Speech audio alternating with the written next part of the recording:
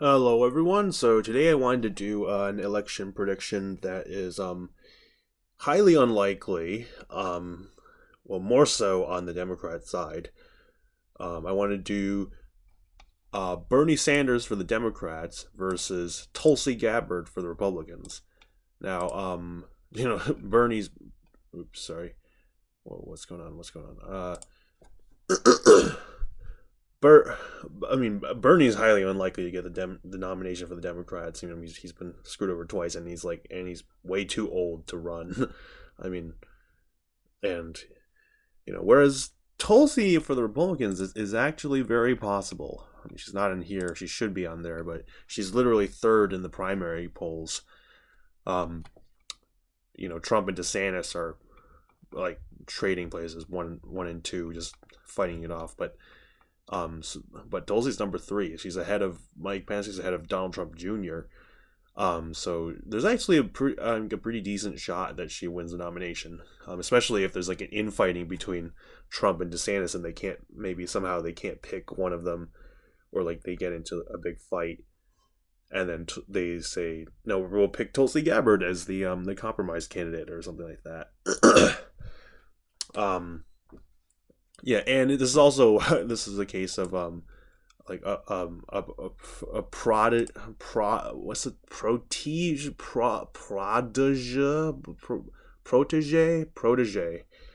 of French words.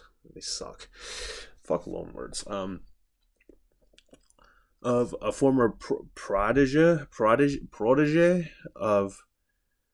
of another candidate, then running against the candidate, because Tulsi was a big supporter of Bernie during the Democratic primary, and now before she switched the Republican Party and made her big, you know, Zamrock moment switcheroo.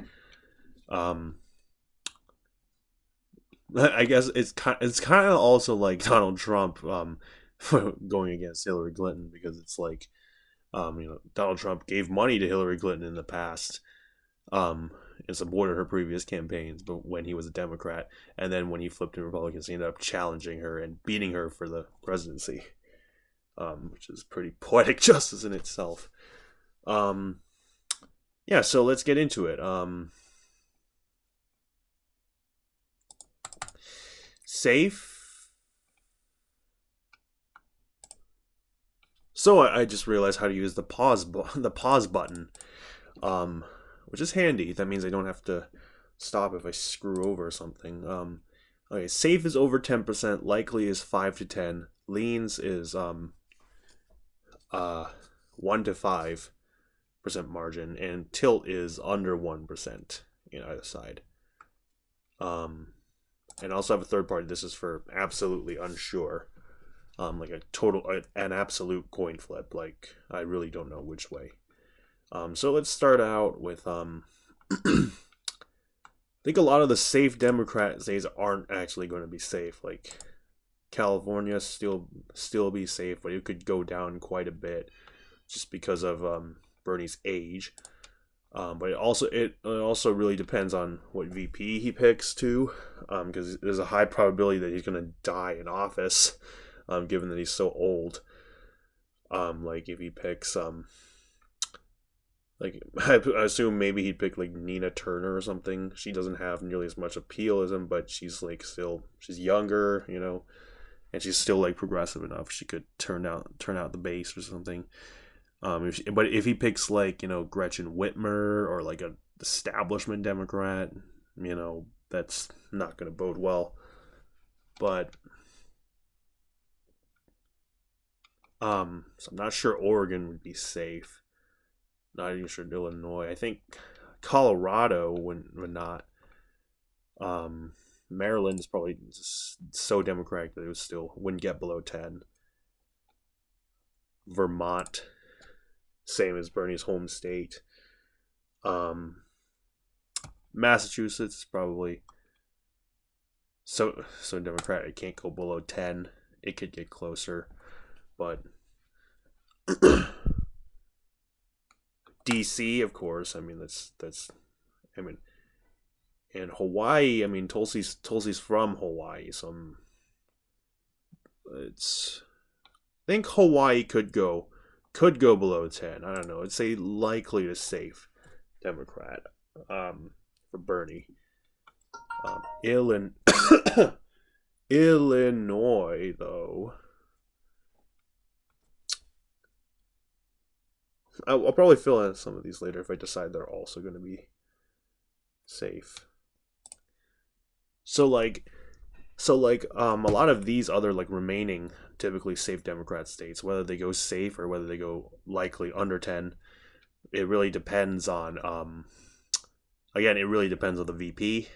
Um, if he picks Nina Turner, it would probably be safer.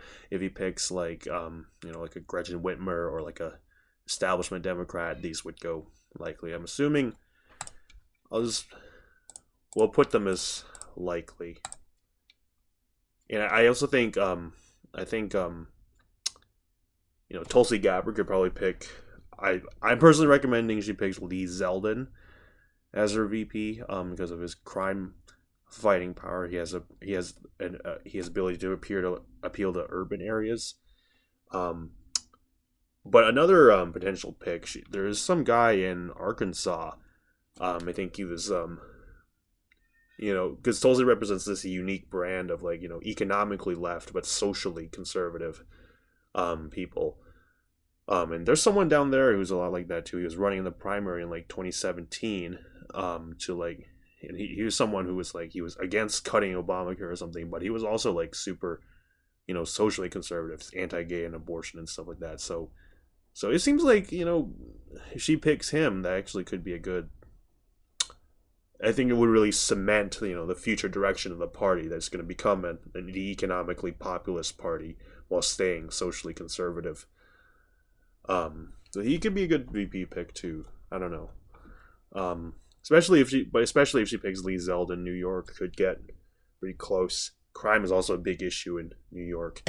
Crime's a big issue here in Illinois too, so Illinois could drop below 10. I feel like a lot of the some of the Bernie supporters might actually switch their votes to Tulsi because she's just as progressive nearly as progressive economically. She'd probably be considerably less socialist, but probably still good enough for them. And then on social issues, she really resonates a lot more. I think a lot of these people might be turned off by the wokeism in the Democrat Party that Sanders might be caving to.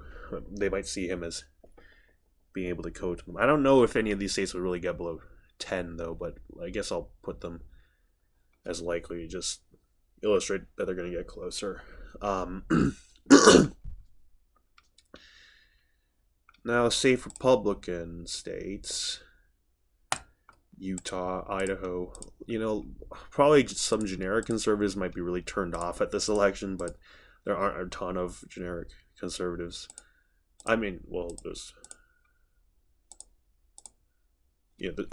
There's there's quite a bit. There's not a ton of socially liberal, fiscal conservative people. There's not a ton of those. Iowa and Ohio, of course, the Republican if the Republican's populist, then he's unstoppable. Because these are very socially right states. South Carolina, I think a lot of these states would narrow up considerably if it were like Tulsi against Biden. But if it were Tulsi against Sanders, they wouldn't narrow up. Alaska, just because of Tulsi's libertarian appeal. Texas, just because they'd be turned off economically by both candidates, but at least Tulsi's socially conservative, so Texas easily see that being over 10. Florida also, I think Cubans could they would just not vote or they would just say, okay, both candidates are socialists, but like Tulsi's a little less socialist, and she's also socially conservative, so we'll go for Tulsi. So I see Florida being over 10 points.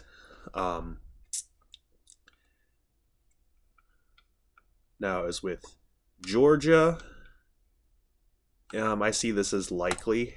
I think progressives do not do well in the South, but if there's a choice between two progressives, also for the same reasoning, a lot of these working class people would turn out for Tulsi instead. And the suburban, I think she'd also have suburban appeal. against Bernie. So she would win Georgia by a likely margin, probably barely over 5, maybe 6-ish points. North Carolina about the same, for the same reasons. Arizona also, because it's like, yeah, turned off by Nevada. Now that's a state that really that voted. No, they burningly narrowly lost in Nevada. Progressives do well there, but I think in the end, I think Nevada. I had to say make it maybe put it as a lean Republican, but but but I think given Tulsi's libertarian appeal, it probably go likely lean to likely Republican. Um, New Hampshire. Now this is this is very close to Vermont, but I think given Tulsi's anti-war libertarian appeal, think it would still go for Tulsi, even though Bernie is more socially liberal and they like social liberals up there. So I don't know. I could go either way, but I think I would see it going for Tulsi by a lean margin. Um, and Maine at large, I think Tulsi would crush it in the second district. Bernie might not do as well in the first district because he's so old, and that would flip Maine at large to Republicans. Um, as with Colorado, I think a lot of progressives here. I think some of them would switch their votes to Tulsi, um, but it is very socially liberal, so I think it would go lean Democrat. It would get competitive once again, but it would still be like maybe 4 to 5 points Democrat, going down from 10. New Mexico, on the other hand, I think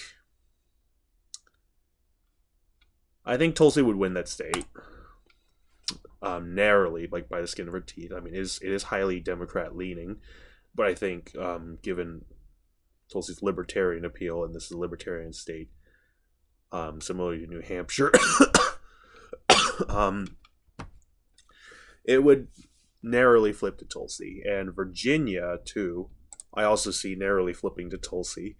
They don't. I mean, they don't like. Neither of them is their brand of economic leftism, but I think culturally they're more. I mean, we saw this with Glenn Youngkin. They they like the suburban pro parents should decide what their kids are taught in schools type of person. So I think they would narrowly go for Tulsi Gabbard. The establishment's really not going to like either of them, but they're probably going to hate Bernie more. And also probably they'd go for Tulsi because she's a little less socialist than Bernie is. Wisconsin, easily, likely for Tulsi. I think both of them would really turn out, the like progressives for either side. But I think the anti-war messaging really would, Tulsi has a good amount on that front. And I don't think the people here really want like socialist policies anyway. So Tulsi being a slightly less socialist might help her. Nebraska second because of the suburban appeal. I probably think could go Tulsi by a lean margin. Michigan likely. It might even get more than not necessarily more than Wisconsin, but it might be because it's very it's a very economic, populist, and it's socially right state. It's very culturally right, but they don't vote that way because the Republicans aren't populist. But once you get a populist and Republican who's also socially conservative, they're unstoppable. Pennsylvania also roughly the same. This might actually be closer than either of those because these two are more populist than Pennsylvania. But I think Pennsylvania with there's a lot of suburbs there, so it would be a pretty good place for Tulsi to turn out people. It's also really next to New York, because she picks Lee Zeldin as her VP. And Minnesota, I think, is truly contingent on which VP does Sanders pick.